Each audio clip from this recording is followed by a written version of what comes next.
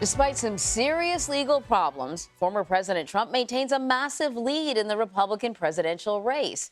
His top challengers, Florida Governor Ron DeSantis and former UN Ambassador Nikki Haley, are going all out to shift the momentum. And Haley just got a boost. Robert Costa is tracking it all for us. Bob, good morning. Good morning, Anne-Marie. In a packed room in Manchester, New Hampshire last night, former Ambassador Nikki Haley did assert herself as the most viable Republican to take on the frontrunner, former President Donald Trump. And despite getting some major backing now, she and others still face very much an uphill climb. Let's get this thing done! We are all in on Nikki Haley, undoubtedly. Nikki Haley scored a crucial endorsement Tuesday with New Hampshire Governor Sununu announcing his support for the former ambassador. New Hampshire's first in the nation primary has long been a coveted prize in presidential politics. A win there is a jolt of momentum. I will not let you down. Meanwhile, Florida Governor Ron DeSantis tried to boost his own momentum at a town hall last night in Des Moines as he turns his focus to the Iowa caucuses, about 5 weeks away. I'm the only one running that can beat Trump one-on-one. Still, frontrunner former President Donald Trump appears to be expanding his lead, despite mounting legal woes, including new evidence revealed in his January 6 election interference case. In a filing late Monday, special counsel Jack Smith said he plans to call an expert witness to testify about data extracted from cell phones used in the White House by the former president and another unnamed individual. How big of a deal is this? It could be monstrous. Denver Riggleman investigated data for the January 6 committee. They can see texts, they can see files, they can see emails. They can see all the data that's on that specific device, and that can really open up other individuals downstream that they can investigate. And I'm sure they won't put it. According to documents obtained by CBS News, the White House phone logs that were in the hands of the House January 6 committee contained a more than 7-hour gap in terms of Trump's calls on the day of the Capitol siege. And the committee was actually investigating whether Trump was using so-called burner phones or disposable phones at that time. Anne-Marie? Let me ask you about this endorsement.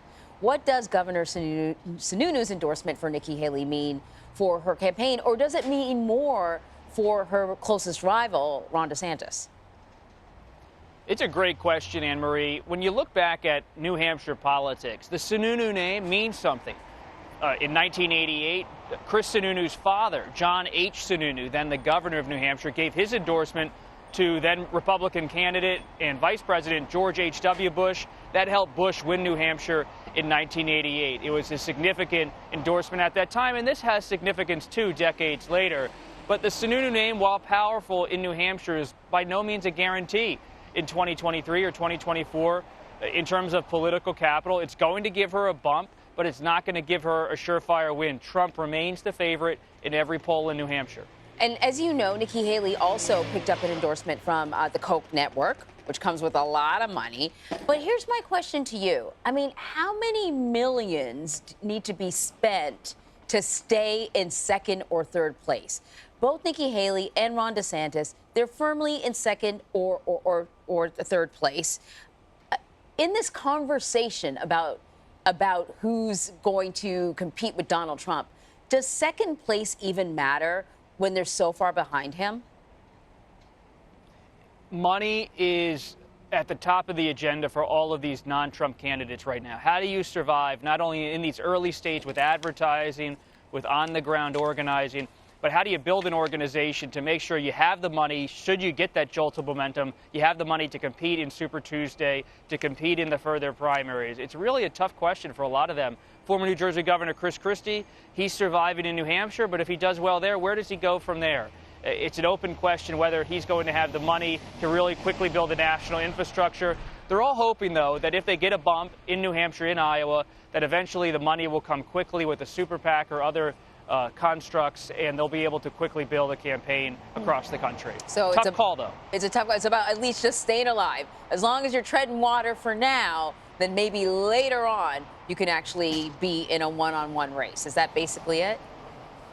That's right. I mean, running against a former president is unlike almost anything else in American politics. This doesn't usually happen.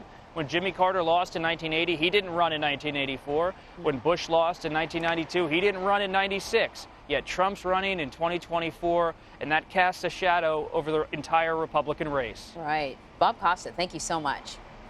Thank you.